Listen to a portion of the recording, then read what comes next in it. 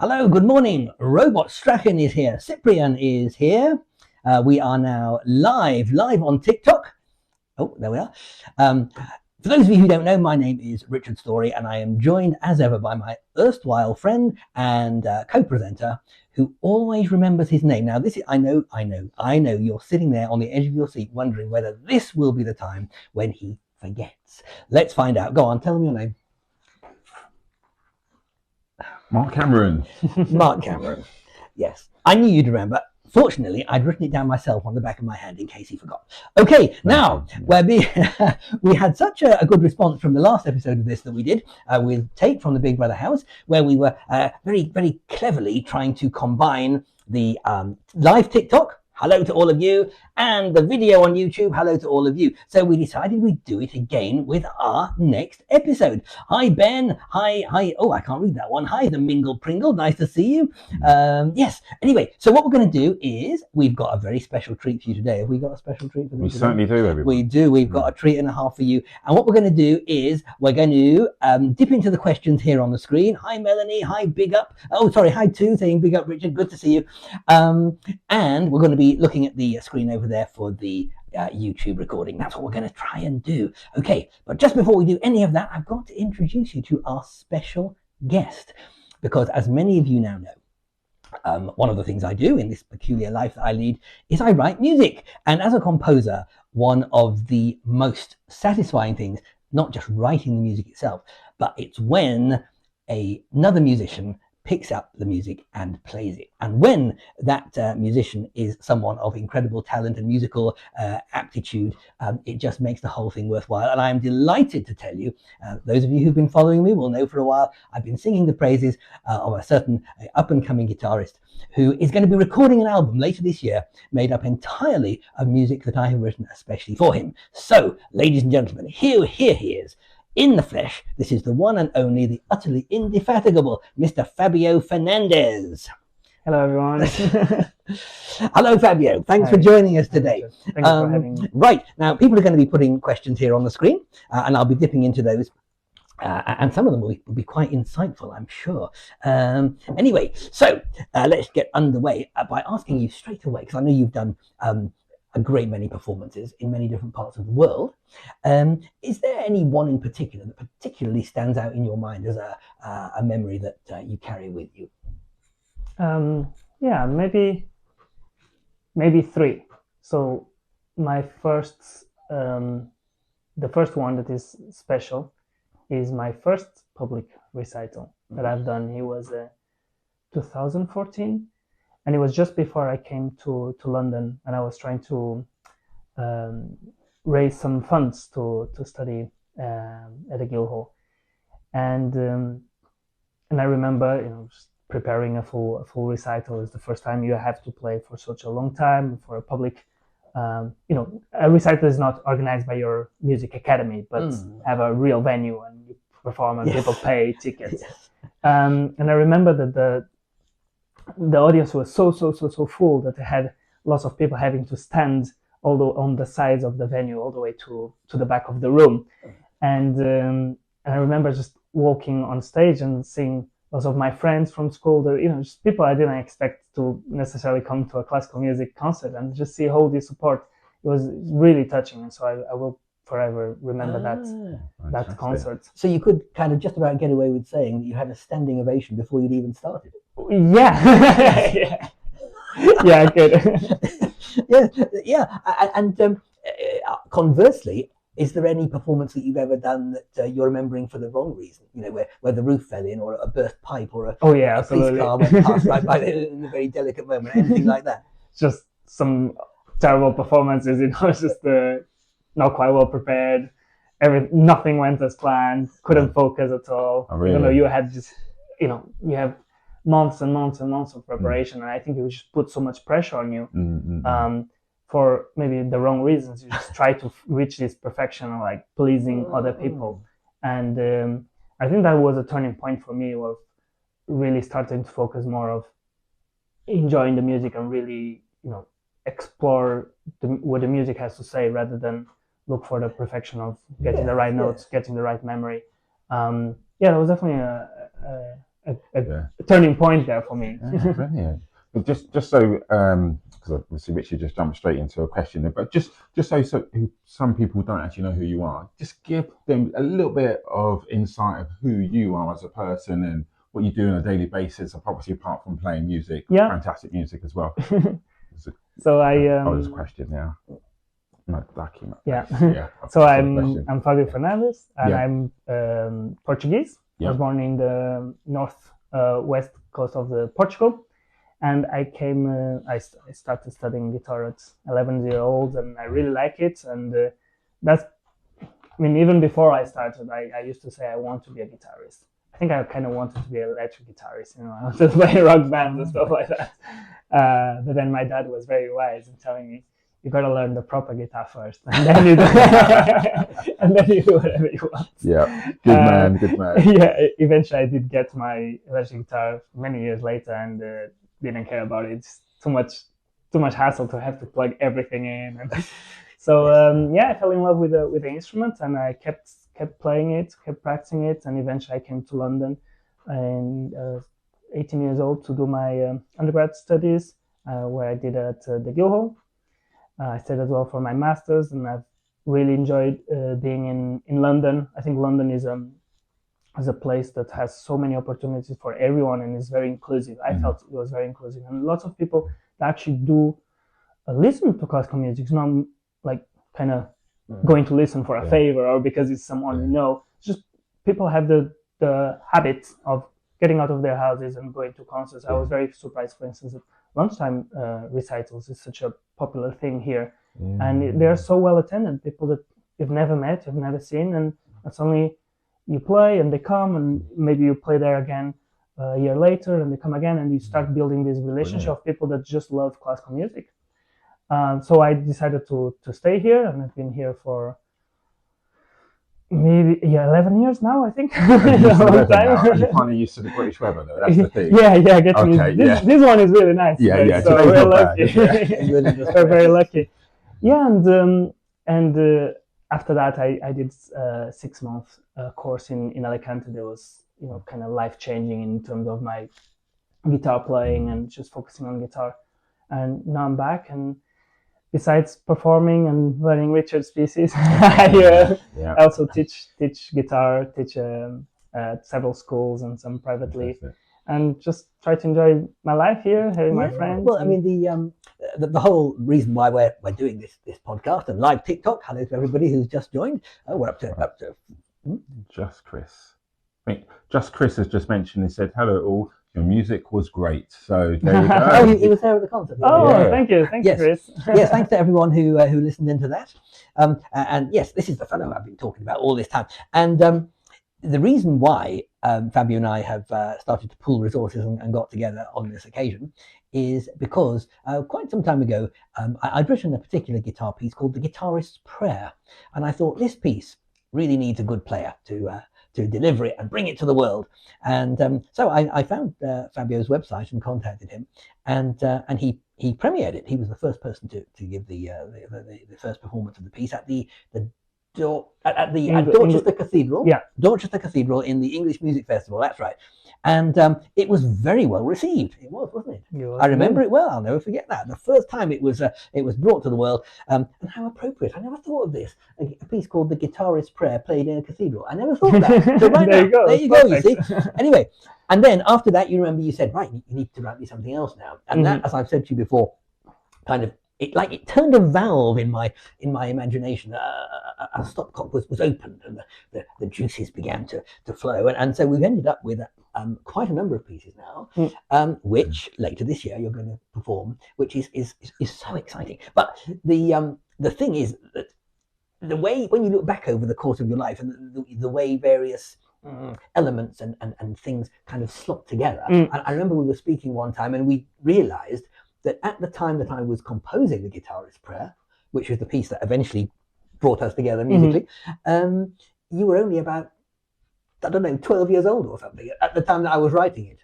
Is that right? It was 2011. Something like that, yeah. So I was 196, so it'll be 15. Oh, 50. Okay. See, and I remember you saying, oh, and at that time I was about grade 5 or something. You said. Yeah, Wow, 15. okay. Yeah. I started 11. So little did you know right then when you were Yeah, learning like your grade 5 grade scale, 4, I think. grade 4 or 5, that somewhere in the world someone was writing a piece that was just going to be, your calling It's quite card from amazing, then yeah. on. And it's extraordinary to look back at that because it sat there kind of gathering dust really for all that time until the right moment came, and it's really finding its audience now because everywhere you play it, Yeah. you do it so nicely, and people have made comments, haven't they, like, oh, when you start playing that piece, I never wanted to stop. And I remember when you did the Dorchester one, the fellow who was sitting there listening in the rehearsal time, and you got to the end and that last chord just drifted away, and he said, oh, if you play that piece, they'll never let you leave. Yes. And it's lovely to hear that, and this is becoming quite normal. So he's the one to watch, okay?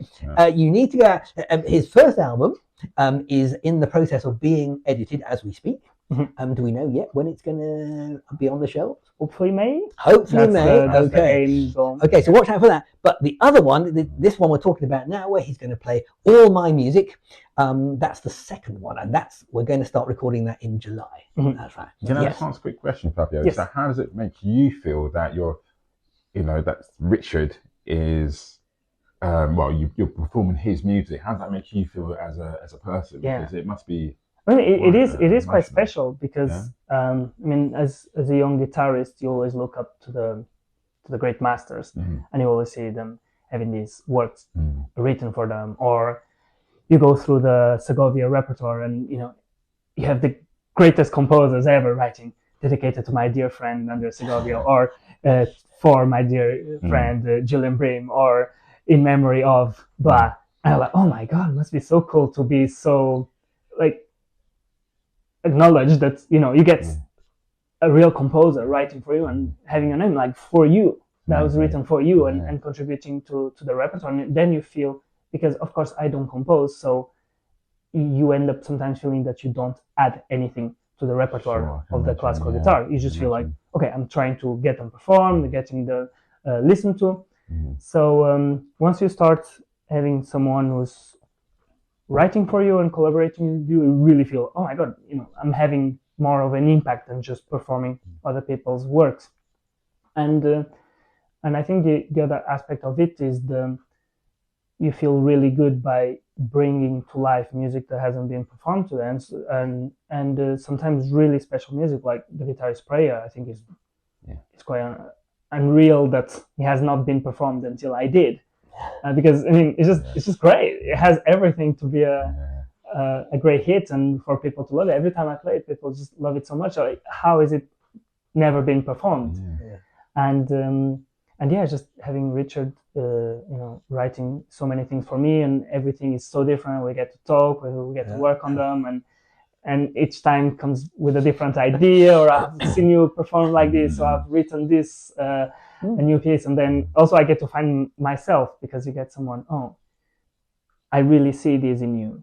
So then you start, oh yeah, that is the style I like to play, and it's very special. It's very big. It's like a wide umbrella that covers so many aspects, and it's very special for sure. Fantastic. It's a very good point you make there, because it's not just a guitarist playing. Neither is it just me writing music. But it's somehow I mean, you understand what I write, and I think I can say I understand how you play, and it's that collaboration, it's the synthesis of those two things that really makes the magic happen. Now, I've just spotted a couple of questions on here. Obviously, some people have joined the TikTok a bit later, and they don't know who you are, so I'm just going to do a quick recap. One person said, "Is that Richard's son?" Now, that's the story about the whole adoption thing. That's another story. No, this is not my son. I wouldn't mind if you were.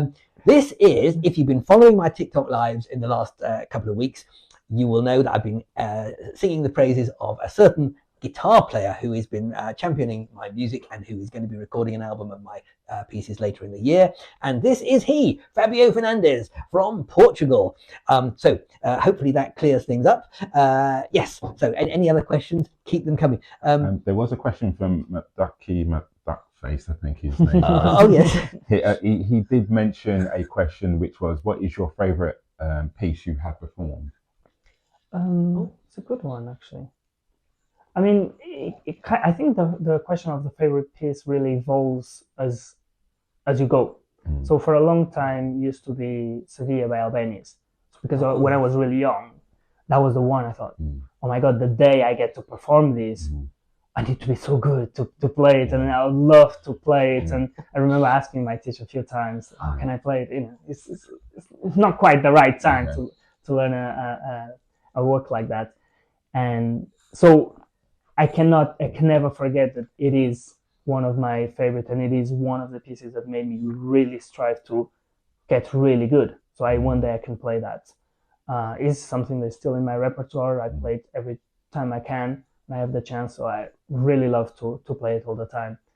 But then, things evolve. Of course, I think The Prayer is one of the pieces that I've been playing the most this past few years, since 23 when I premiered.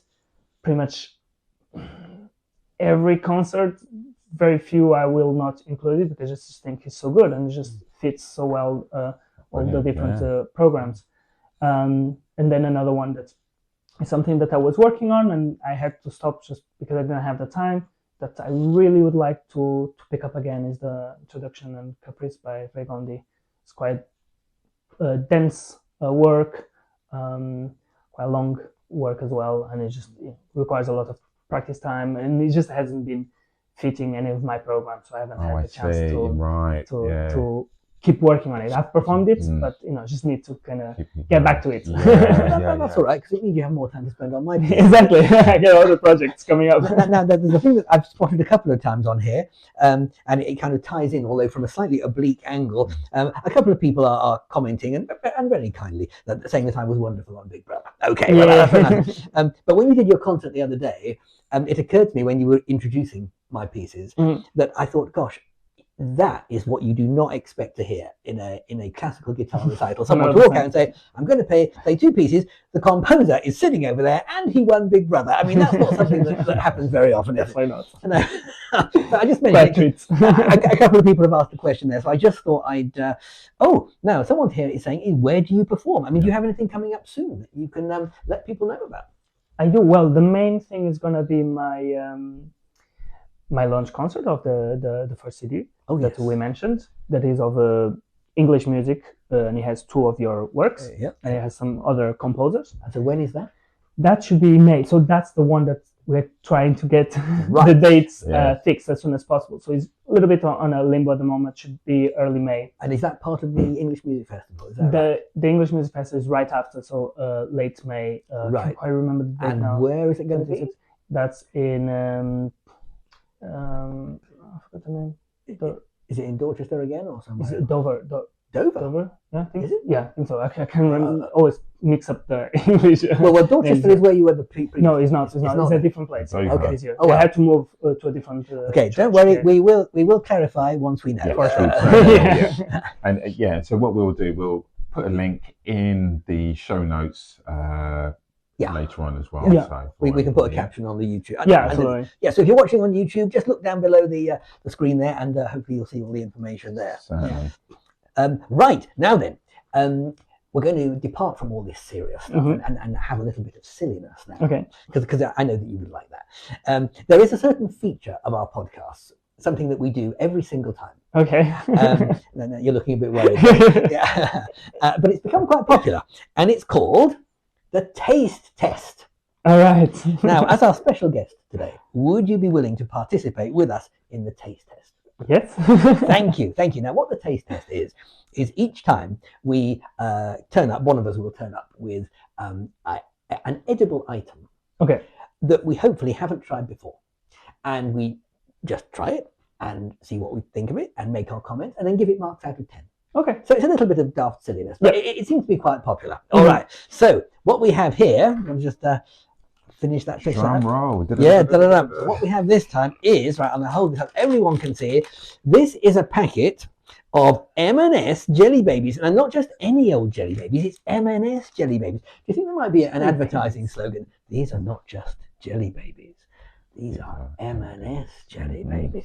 Right. So, would you like to try one of these? Yeah, I have no idea what they are actually. You've never had them before? I don't think Well, now, so. I'll tell you something. This, you've never heard of them. Are they like just normal? They're just like chewy sweets, but All right. yeah. You've never Yeah, had them. I never had them. Oh, there So you go. it's gonna be not Oh, only boom. the It is. it's the Yeah. first jelly baby I Right, have. now, just before we do it, I've got to say, because I've always wondered about this.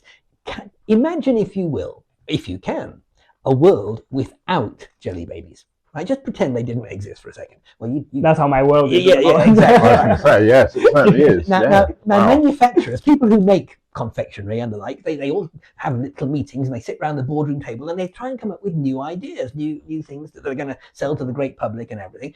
Can you imagine, in this day and age, with all of our political correctness and everything, if these didn't exist already, if someone turns up to that meeting and goes, here's an idea, let's make some chewy sweets in the shape of babies and let's all sit around eating them. That's a good idea, isn't it? It just would never get past the planning stage, would it?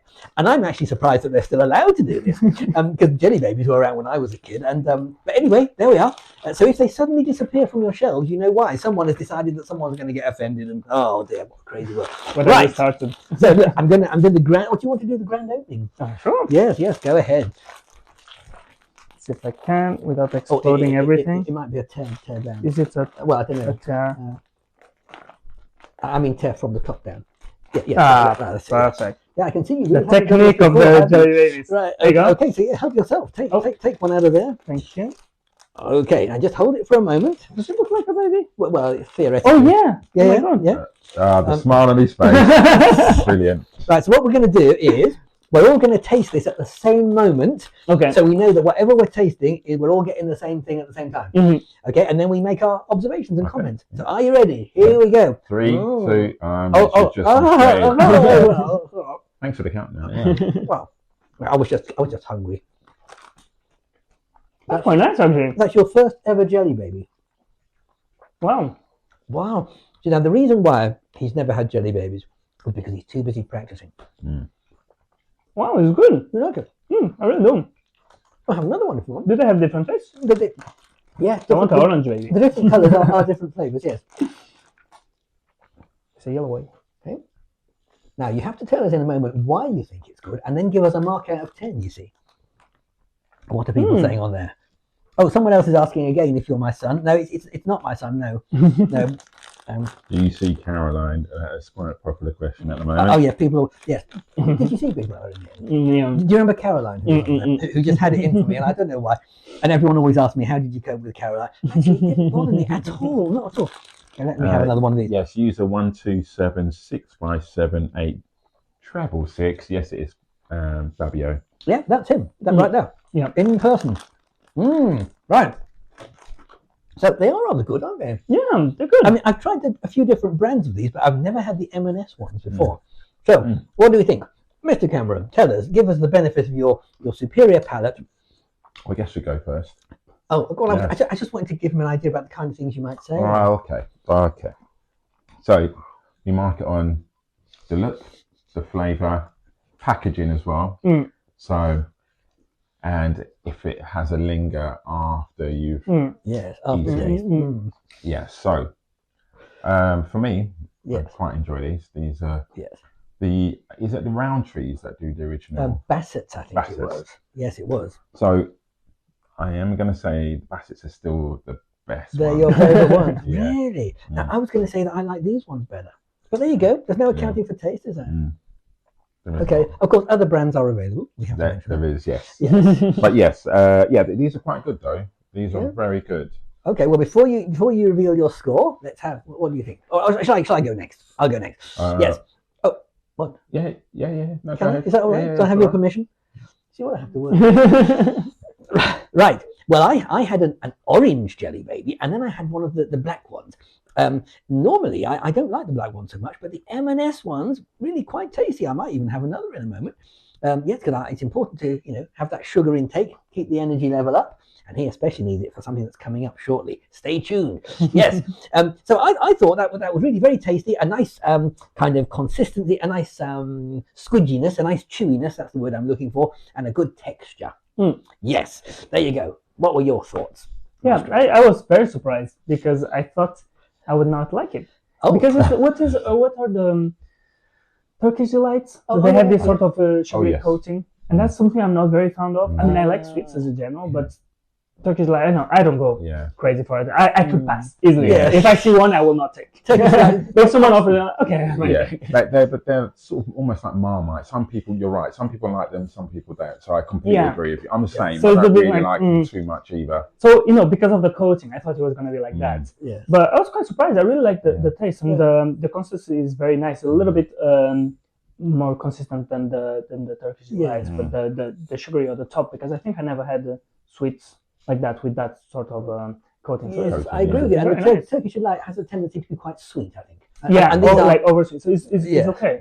Yeah. So there you go. Right. So the big moment is marks out of 10. So what would you give that? I will give that a 7.23. 7.23. That's very precise. Very precise. Okay. Well, I think I'm a bit higher than that. I think I'm going to give it. See, when deciding on the score, you have to decide why it didn't go higher. That's the crucial thing. And if you can't think of a reason, well, you've got to give it full marks, haven't you? So I'm just trying to decide. The only reservation I have about Jelly Babies in general. You see, we only do the intellectual conversations on these podcasts. The thing. Stop it. The only reservation I've had about Jelly Babies is this kind of floury coating or whatever it is. It kind of sticks to your fingers a little bit, and it'd be nice if they did something that didn't do that. So that's the only thing I didn't like. So I'm going to give this a solid 9 out of 10. Well, that's quite a lot. And I don't normally go up that high, as the record will show. So anyway, what's your score? Bearing in mind this is the first time you've ever tried one of these. Yeah. So I think the marks are going up because I didn't expect them to be so good. Actually, I thought I was going to be not quite like it, but I was very impressed. So it did surprise me, the taste, and I'll give it I'll give it a 7.9 because I think I want to say an 8, but then I think 8 is quite a lot. Yeah. Considering all the sweets that other sweets that I like and I might prefer slightly, so then maybe I'll give them an 8. So this one is a 7.9, so very, very close. I agree with the thing of the fingers on. Slight dispute here. The highest mark you've ever given is actually Terry's caramel slice, a 9.25. Oh, right. So it's not the highest I've been. No. Right. But that Terry's caramel thing was very good. Yes. It was. I remember that well. So there is a couple of 9s on here from you, by the way. You want to keep on going? No. I don't want you to keep on going because I just want to tell you a couple of things I'm seeing on the TikTok chat here. See, Danny says, Richard, you're so cute. Thank you, Danny. I absolutely agree with you. And Destiny says, Richard, I love you. Well, thank you, Destiny. That's very kind as well. You see, people do care. They do. That's amazing. Yeah, yes. And it's nice to know the next time I'm slaving over a hot piece of manuscript paper for this fantastic musician, I will keep these comments in mind that people think I'm cute, even at my ripe old age. If you can be cute at 60, that's actually quite a good sign, isn't it? Yes. Yes. Now, and again, look, Bo Moneyhype. No, he is not my son. No. I can understand why you might think it, because we've been talking a lot about the adoption story. I know. But no, this is not he. Just for... In case there's still any doubt, this is Fabio Fernandes, who later in the year will be recording an album made up entirely of music that I have written especially for him, a singular honor that very few composers ever actually have. Composers are lucky if anyone plays their music at all, but to have a whole album of it done, and I didn't bribe him much. No, not at all. No, it was actually not. There was a pregnant pause there. Right. Destiny's saying, Richard, strange question. What was the first thing you ate when you got out of the house? Well, if you mean my house this morning, then yes, it was these jelly babies that we've just been trying. But if you're talking about the Big Brother house, I can't remember. I know that the next morning we had a nice cooked breakfast in the hotel. That was probably it. Anyway, listen. Now we're almost up to time. This has been a super duper little session, but as you can probably imagine, it would not be right for me, with my composer's hat on, with the musician who does my pieces such justice, sitting right next to me, it would be wrong to conclude this session without prevailing upon him to give us a little sample of one of the pieces that he's performed so many times and that we've been referencing in this very conversation. Would that be all right? Would you give us a little taste? Yeah. Now, you don't have to play the whole thing. That's all right, because I don't want to put too much pressure upon you. But would like to tell us what it is you're going to play for us. Yeah, I guess because we've been speaking so much about this guitarist prayer piece that you've written, I think it would be fair to play a little bit of that. Let's do that. It'll be a delight. So the piece is called excerpt. The Guitarist's Prayer, written by yours truly, and it's the piece that actually brought Fabio and myself together. He gave the world premiere of the first performance in the English Music Festival last year. It already features on an album that he's recorded already, and that's coming out in around about May or so, prior to the second album that's going to start being recorded in July. It won't be the whole piece, because hey, you didn't pay anything for this. But listen to the album. You've got to go out and buy the album. Yes, but this will give you a real taste of the piece. Hope you enjoy it, and I'll shut up and let you get on with it. So Fabio, over to you. An excerpt from The Guitarist's Prayer. It's quick tuning. Oh yes, always sounds better in tune, I think. I think we will. Especially because you always write with these funny tunings, right? Oh, shall I mention that? Yes. Okay. You may have heard him say I write with funny tunings, right? What that means is, for those of you who may not understand guitars very much, each string is tuned to a particular note, and there's a standard way of doing that. But sometimes composers just get a little bit too ambitious and they ask for the strings to be tuned to different notes other than the ones that they normally are. And in this particular case, that's what happened. So two of the strings are tuned differently to normal. So he's just got to check his tuning before he starts. Anyway, there you go. So there, I filled the space. Are you ready? Yes. Right. This, ladies and gentlemen, is the one and only Fabio Fernandes with an excerpt from The Guitarist's Prayer.